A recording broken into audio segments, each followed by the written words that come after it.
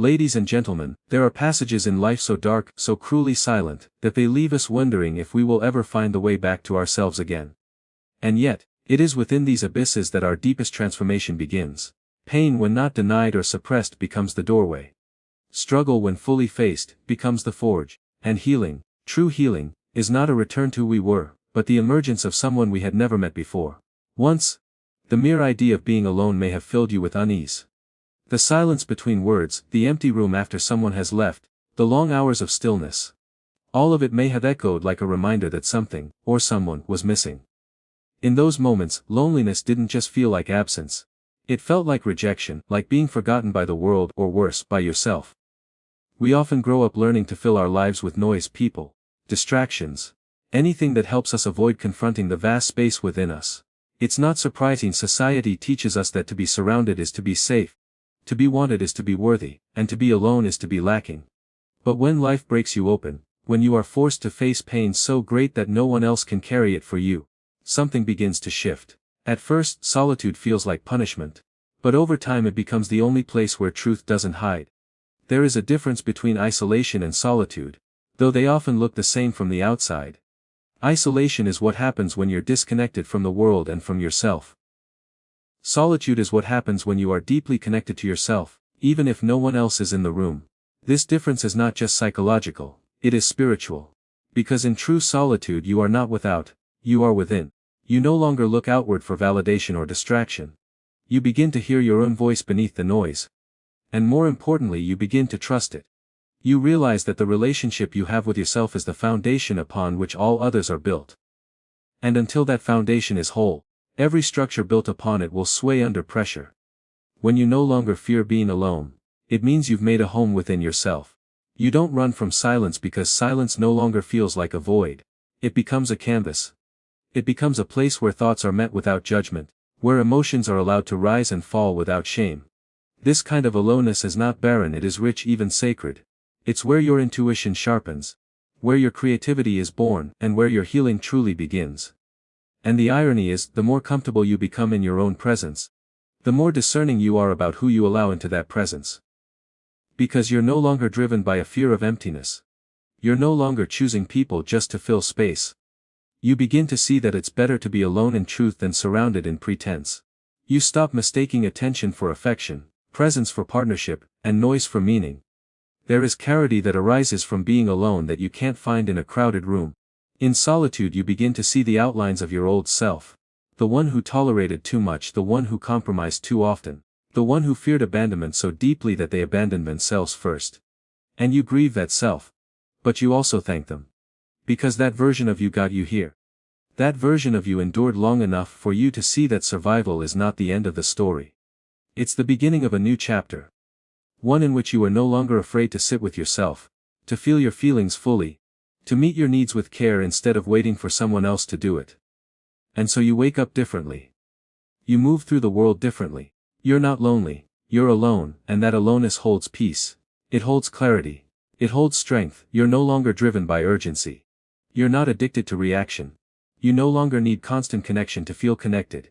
And even in your quietest moments, you feel full. Not because you have everything, but because you've stopped believing you need anything outside yourself to be. There was a time when pain felt like betrayal, like a cruel twist of fate meant only for you. It arrived without warning, without permission, and it stayed far longer than it had any right to. In the early days of suffering, the mind searches for reasons, because logic feels safer than chaos. You may have asked yourself why this happened, what you did to deserve it, or whether the universe was somehow punishing you. That instinct to explain, to place blame, is human. It's what we do when we're trying to organize something disordered, to give shape to something that feels too large to hold. But over time, if you stay with your pain, not numb it, not outrun it, but truly stay with it, something begins to change. It no longer feels like something outside you. It becomes part of the landscape. You stop seeing it as an enemy and begin to realize it have voice. Pain is not just a wound, it is a signal. It carries information. It tells the truth that words can't always reach. And if you learn to listen to it, not through resistance, but through presence, you discover it is a kind of mirror. It reflects back to you the parts of yourself you've ignored, abandoned, or tried to silence. It shows you where you've overextended, where you've betrayed yourself for approval, where you've held on too tightly to something that was meant to be let go. The most brutal truths of life are often introduced through suffering, but within those truths lies the seed of transformation. Pain is not a punishment, it is a process. It's how the psyche begins to break away from illusion and move toward authenticity. The moment you stop seeing pain as something that only harms, and begin to see it as something that can also reveal, you are no longer powerless. You start to see how your suffering has shaped you, not just scarred you. You notice how it deepened your empathy, sharpened your discernment, taught you to see beyond surfaces. You become aware that the parts of you that feel most tender are the ones that have the most to say. The world often teaches us to push past pain, to be strong, to get over it quickly. But strength without understanding is just another mask. True strength comes from being willing to stay in the uncomfortable spaces, long enough to learn what they're trying to teach. When you've truly begun to heal, you stop fearing pain's arrival. You don't welcome it, but you don't resist it in the same way. You know that it comes with something important. A message, a lesson, a breaking that precedes rebuilding. You no longer flinch away from your grief, your heartbreak, your anger. You no longer call them weaknesses. You recognize them as the emotional language of healing. And more than that, you see how your ability to hold pain with awareness is what creates depth in your relationships, in your work, in your very presence. It humbles you, softens you, makes you real. It's not about romanticizing pain or seeking it out. It's about no longer being controlled by the fear of it. When you stop asking, why did this happen to me, and instead begin to ask, what is this showing me? You shift from victimhood to ownership. You stop waiting for life to go back to what it was and start participating in what it's becoming. You understand that pain strips away the unnecessary, the shallow, the performative. It takes you to the core of who you are and who you're meant to be. And though it may not have come gently, it brought you to a deeper kind of truth. One that comfort never have delivered, so now when pain visits, it does not find you fragile. It finds you present, it finds you honest. It finds you capable of holding complexity without running from it. You've stopped needing to be rescued from it. You've learned to sit beside it, to ask it what it knows, and to walk with it until it releases what it came to give. Comes a moment, often after being stretched too thin, when you realize that your exhaustion isn't just physical. It's emotional, mental, spiritual. It's the fatigue that comes from saying yes when every part of you meant no. From shrinking yourself to fit into spaces that never saw your full shape. From prioritizing other people's comfort at the cost of your own sanity. In the early stages of struggle, boundaries feel like walls built out of fear, like rejections in disguise. Like something that keeps people away and leaves you feeling guilty for protecting your own energy. You may have been taught that love means self-sacrifice, that to be good is to always be available, agreeable, open, generous, forgiving, even when those traits are taken advantage of. But pain has a strange way of revealing the unsustainable. When you've given too much for too long, when you've broken your own heart just to keep someone else's intact, something inside begins to shift. That shift isn't loud at first. It's subtle, a quiet awareness that you're being drained, that your kindness is being misread as compliance, that your silence is interpreted as consent. You start to see how your open heart has become a revolving door for people who take but do not give, who expect but do not reciprocate. You feel the tension in your body when you're about to agree to something that doesn't sit right with your spirit. You hear the voice inside that says, this isn't love, this is performance, and you listen. Eventually, you understand that boundaries are not barriers to connection, but the very framework that makes connection real. They are not punishments, they are definitions. They define where you end and someone else begins. They protect what is sacred within you, not from a place of fear, but from a place of self-respect. When you've truly begun to heal from life's deepest struggles, you stop feeling guilty for protecting your peace. You stop apologizing for needing space, for requiring respect, for refusing to be mistreated, even by those you love. You understand that love is not proven by your capacity to endure pain, and that loyalty doesn't mean tolerating chaos in the name of history. You start saying no not because you're bitter or closed off, but because you're finally honest about what your soul can hold. That honesty becomes your compass. You say no with clarity, you say no with calm, and sometimes you say no without explanation. Because you've learned that those who truly respect you won't need one. The people who benefit from your lack of boundaries will call your healing selfish. They will call your clarity arrogance. They will accuse your limits of being a wall between you and them, when in reality, it's the only chance at building something real. And you let them feel what they need to feel. You no longer bend to avoid being misunderstood. You've realized that being clear is kinder than being vague. That being direct is more respectful than pretending. You are no longer afraid of being disliked for being true to yourself. Because you've been liked while betraying yourself. And you know how much that costs. That cost is too high. Now your boundaries aren't reactionary. They're rooted. They come from a place of knowing your worth, of understanding that not everything deserves your time, your explanation, your energy. You begin to notice how peaceful your life becomes when you no longer chase being everything for everyone. You find rest in your own presence. You stop waiting for others to validate your decisions. You recognize that self-care isn't always soft, sometimes it's firm. Sometimes it's the decision to walk away, to stay silent, to say no once and mean it. And that no becomes the beginning of freedom, not just from others' expectations, but from your own old patterns of self-abandonment. You no longer feel the need to prove your goodness through how much you're willing to tolerate. You know now that your value is not measured by how much you can endure, but by how deeply you can honor yourself in the pressure. And still choose integrity over approval. There is a certain desperation that comes with not being understood. Especially when you've suffered deeply and silently for so long. At some point in the journey through pain, there's an almost instinctual urge to make others see. To translate your suffering into something they can comprehend. To have someone validate that what you went through mattered. That you are not crazy, dramatic, or weak. You may have tried 100 different ways to explain what you were feeling, soft words, loud cries, metaphors, silence, withdrawal. Hoping that someone, anyone, would finally meet you in that space with clarity, with care, with the language of shared humanity.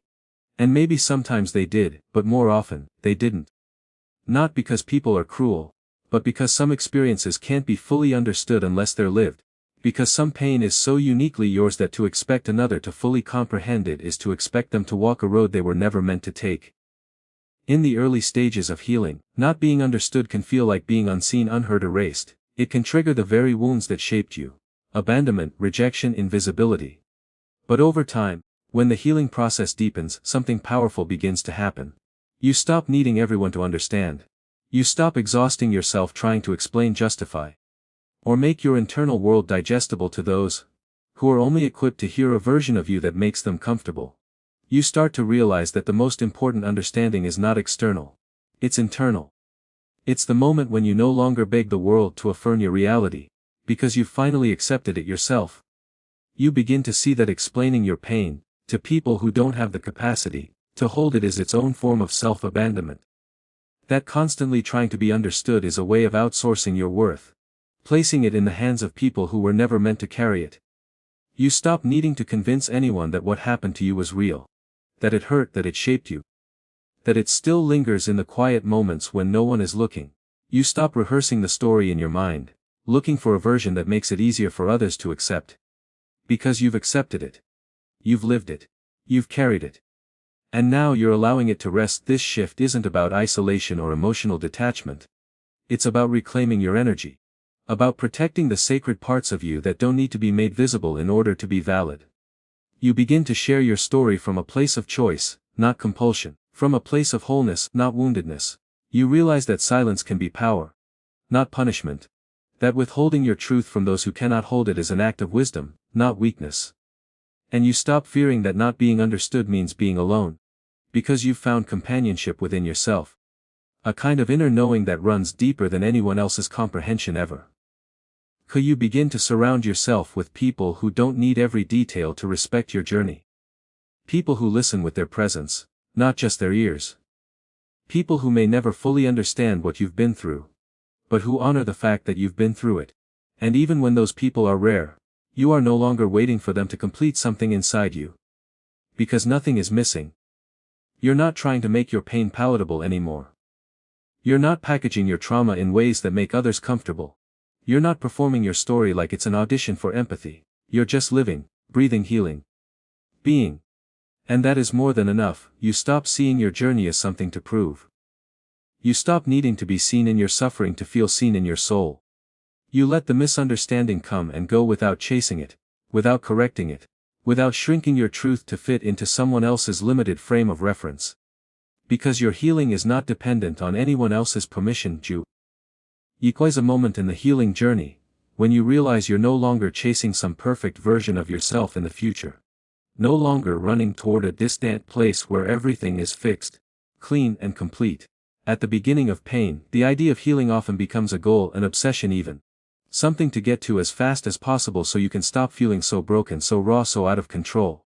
You think healing means arriving at a version of yourself that no longer feels anything painful, no longer struggles, no longer flinches at memories or triggers or shadows. So you chase that version, you read the books, you listen to the podcasts, you talk, write, journal, meditate. You try to do everything right, in hopes that someday soon you'll wake up and feel whole, feel done, feel free from the weight that's been following you around for years. But healing doesn't work like that. It's not a ladder. It's not a straight path. And it's certainly not a finish line you get to cross, so you can say it's over eventually. You stop seeing healing as something out there, and start recognizing it in the way you move through ordinary days. You notice how it lives in the pauses. In the moments when you choose not to numb yourself, when you stop mid-thought to breathe instead of spiral, when you soften instead of snap, when you let yourself feel emotion without trying to erase it. You begin to realize that healing is not a future self. It's who you are when you show up with more presence, more honesty, more compassion for yourself. You're not chasing it anymore because you've started embodying it. You carry it in your language, in your boundaries, in your choices, in the way you speak to yourself when no one else is around. You stop measuring your progress by how often you hurt and start recognizing growth in how you respond to that hurt. You begin to see that pain might still visit, but it no longer owns you. The old thoughts may still whisper, but they don't control your actions. The past may still echo, but it doesn't define your identity. You don't have to be in a state of constant emotional peace to know that you're healing. You don't have to be happy all the time to trust that you're becoming whole. In fact, it's often the moments of discomfort that prove just how far you've come. Because now you meet that discomfort with awareness instead of panic, with softness instead of shame. You know now that healing isn't about getting rid of anything. It's about learning how to hold it differently. What once felt unbearable now feels manageable. What once triggered chaos now invites curiosity. You find yourself navigating the same patterns, but with more clarity, more steadiness, more ability to pause and choose instead of react and regret. That shift, from reaction to response, is where the real healing lies. You've stopped looking for someone to save you, for something to complete you, for a moment that will finally erase all the parts of your story that hurt. Because you've stopped trying to erase them. You've learned to integrate them. You've begun to see that those parts don't make you broken. They make you real. They make you layered, textured, alive. There is no clean ending to healing. There is only becoming. And you are becoming someone who no longer fears their own depths, who no longer hides from their own truth, who no longer seeks external approval to confirm their inner worth. You walk slower now, not because you are lost, but because you are more present with each step. You speak softer to yourself, not because life is easier, not because you have become kinder with your own becoming. You are no longer waiting for the pain to disappear to start living. You are living now, even with the scars, even with the uncertainty, even with the unanswered questions. You're not chasing healing anymore because you've realized it's not something you find. It's something you remember. There comes a stage in healing when something small but profound begins to shift. Not in the world around you, but within the space between your experience and your reaction. You begin to notice your body before your voice catches up. You start to feel the familiar tension rise in your chest, the heat in your throat, the quickening of your pulse. The old signs that once pulled you into patterns you didn't know you were repeating.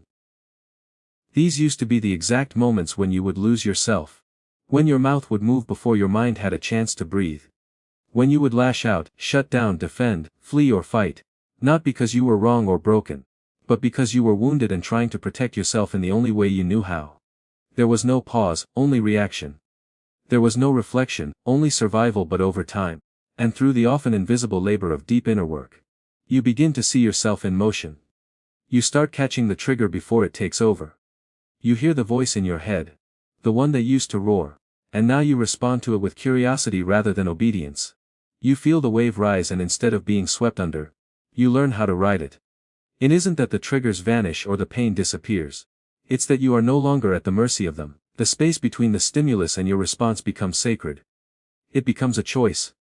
That choice, made over and over, becomes power. This power isn't loud. It's not about dominating emotion or suppressing what you feel. It's about being able to hold your experience without becoming it. It's the kind of strength that allows you to stay present even when your body wants to run. It's the quiet dignity of choosing to stay with yourself instead of abandoning yourself for the sake of comfort or control. And maybe the people around you don't notice it right away. Maybe they're used to your old patterns, your old rhythms.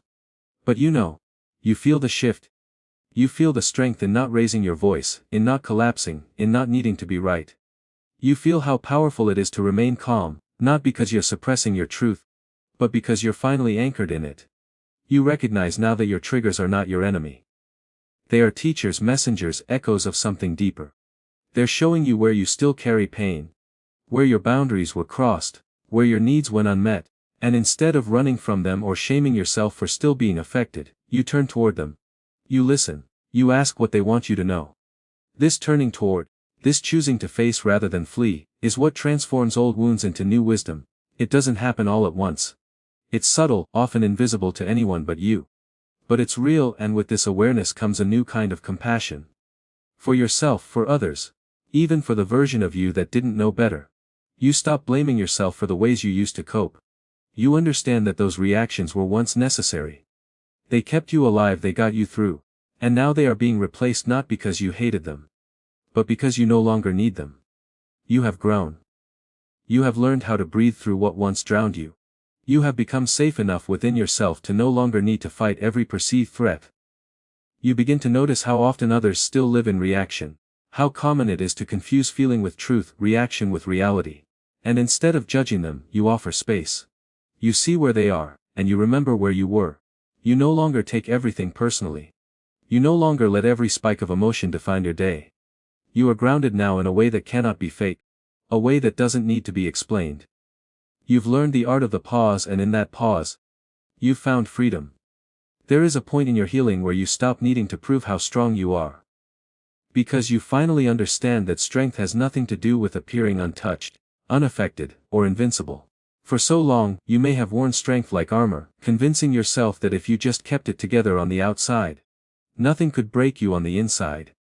You may have smiled when you were unraveling, laughed when you were grieving, showed up for others when no one showed up for you. You told yourself that holding it all together was the only way to survive. That letting anyone see your pain would make you vulnerable to more of it, and so you performed resilience, not out of vanity, but out of necessity. You made it look easy because falling apart in public felt like too much risk, too much shame, too much exposure. But somewhere along the way, you began to sense that this version of strength was costing you something real. It began in the quiet, in the moments when you let yourself cry and noticed that nothing terrible happened. When you admitted to someone you were tired, not just physically, but soul deep, and they didn't walk away. When you sat with your sadness without trying to flip it into gratitude or productivity. Something shifted in you when you stopped pretending to be okay. Then realized that being human is not a flaw in your strength, but the foundation of it. You saw that the people who looked whole weren't necessarily healed. And the people who showed their scars weren't necessarily weak. And slowly, you began to release the grip on perfection. You started allowing space for your softness, your vulnerability, your complexity. You understood that authenticity is more powerful than performance now. Instead of faking strength, you embody wholeness. Not the kind of wholeness that means you're never hurting, but the kind that means you're no longer hiding. You allow your emotions to have a place at the table without letting them drive your life. You speak honestly without needing to control how others perceive you. You cry when you need to cry. You rest when help, not as a sign of failure, but as an act of wisdom. This is not weakness. This is maturity. This is depth. This is strength redefined as power and transparency. Not the oversharing that comes from a place of needing validation, but the quiet honesty that comes from no longer fearing your own truth. You've stopped needing to curate your identity for the comfort of others. You've stopped shaping your emotions to fit into other people's expectations. You've seen what it does to the body to carry everything in silence, and you've chosen a different path, a more tender one, a more honest one. You now know that what makes you trustworthy is not your invulnerability, but your capacity to stay with yourself even when you're cracked open. You hold space for contradiction. The parts of you that are still healing and the parts that are already whole. You no longer try to force resolution where there is still unfolding. You are patient with yourself. You are aware of your limits, not because you are failing, but because you are listening. And in listening, you've learned to protect your peace without apology. To honor your rhythms without guilt. To live in your truth without constantly defending it. People may not understand this new version of you. They may miss the you that always said yes. The you that never showed pain, the you that smiled through the storm. But you do not miss that version yourself. You know now that real strength is quiet. It's found in presence, in choosing not to fight every battle, in letting go of the need to be understood by everyone. It's found in the courage to keep showing up even when your heart feels tender. In the grace to forgive yourself when you slip back into old patterns. In the softness you offer yourself when the world feels harsh. You are not trying to win at healing anymore. You are living it. You are not seeking to be admired for your strength. You are allowing yourself to be fully human, and in that humanness, you have become whole. To overcome life's deepest struggles is not to walk away untouched, aims to be marked, and still move forward. It is not to erase the pain, but to carry it differently. You do not go back to who you were. You become someone forged by fire and softened by grace, someone wiser, quieter, clearer. So if these signs speak to you, even just one, know this: you have already survived what once threatened to destroy you. You are not broken, you are becoming. And the world needs who you are now becoming. Thank you.